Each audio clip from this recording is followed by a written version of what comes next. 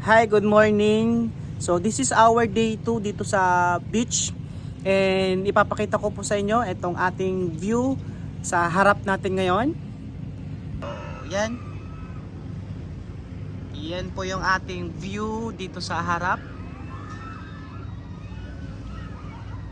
So well anyway, sa video na to, isi-share ko sa inyo na ang pagkuha ng pangarap ay parang nagsimula kang nag-gym or first time mo mag-gym. 'Di ba kapag first time kang mag-gym, possible yung first 3 months mo or 6 months, hindi mo pa makikita yung outside result, yung abs mo, yung muscle mo, 'di ba? So hindi mo pa makikita 'yan. Pero it doesn't mean na walang nangyayari. Kasi yung first 3 months or 6 months mo na first time kang mag-gym, hindi mo makikita yung outside result. Pero may nangyayari yan kasi inside may mga nadidevelop ng unti-unti yung muscle mo, yung mga abs mo.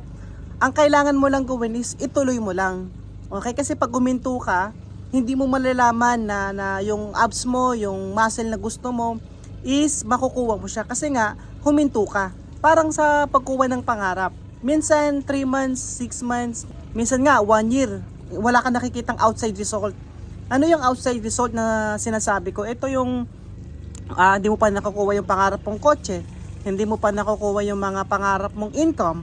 Okay? Pero it doesn't mean na hindi yun para sa'yo. Okay? Hindi ibig sabihin na wala ka nakikitang outside result, never mo na makukuha yon. Along the way na inaabot mo yung mga pangarap mo, nagkakaroon ka ng mistake, tama? At kapag nagkakaroon ka ng mistake, nag-grow ka. Tama? May mga progress na nangyayari. Ngayon, nagkakaroon ka ng experience. Yung experience na yon, na-develop mo yung character mo along the way, na kinukuha mo yung pangarap mo, and magugulat ka, after 6 months o 1 year, bigla mong makukuha yung mga pangarap mo, gaya nung nangyari sa akin.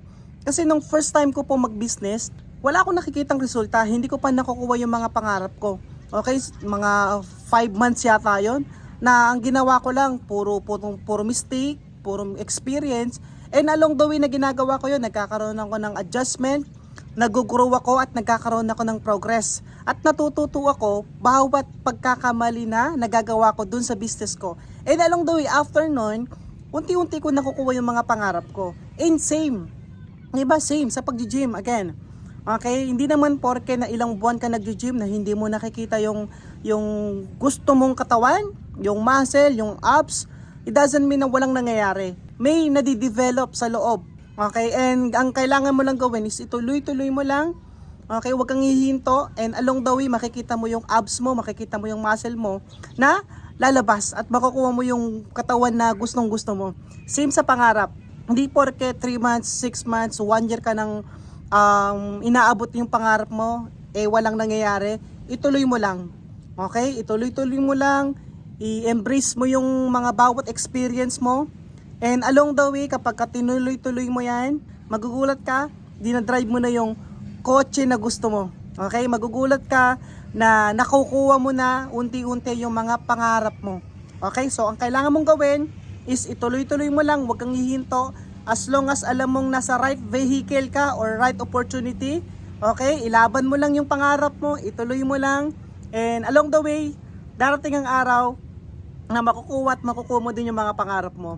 So, yun lang. Okay, see you again sa next video na gagawin ko. Hope you learn a lot or kahit papano dito sa video na to. Okay, so God bless everyone. Good morning again. Bye-bye.